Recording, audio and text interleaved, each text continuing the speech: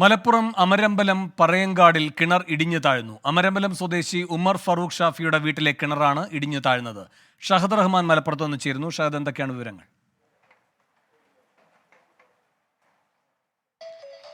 വേണു, കനത്ത മഴയെ തുടർന്നാണ് ഈ കിണർ ഇടിഞ്ഞ് താഴ്ന്നിട്ടുള്ളത്. നിലവിൽ ഇപ്പോൾ ആ കിണറിലെ വെള്ളം ഒരു രീതിയിലും ഉപയോഗിക്കാൻ പറ്റാത്ത ഒരു സാഹചര്യമാണ് ഉള്ളത്. കിണറിന്റെ ഒരു റിങ്ങാണ് പൂർണ്ണമായിട്ടും ഇടിഞ്ഞു താഴ്ന്ന ആ കിണർ പൂർണ്ണമായിട്ടും ഭൂമിയിലേക്ക് പതിക്കുന്ന രീതിയിലേക്ക് മാറിയിട്ടുള്ളത്. മലപ്പുറം അമരമ്പലം പറയങ്കാട്ടിൽ ആണ് ഈ സംഭവം നടക്കുന്നത്. അമരമ്പലം സ്വദേശി ഉമർ ഫാറൂഖ് ഷാഫിയുടെ വീട്ടിലാണ് ഈ കിണറുള്ളത്. അപ്പം ഈ കുടുംബം ആശ്രയിച്ചിരുന്ന ഒരു കിണറായിരുന്നു. കാരണം കുടിവെള്ളത്തിനും മറ്റ് ആവശ്യങ്ങൾക്കുമൊക്കെ ആയിട്ട് ആശ്രയിച്ചിരുന്നത് ഈ കിണറിനെയായിരുന്നു.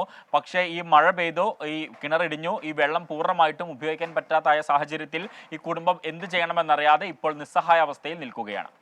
ഷഹദ് റഹ്മാൻ മലപ്പുറത്ത് നിന്ന്.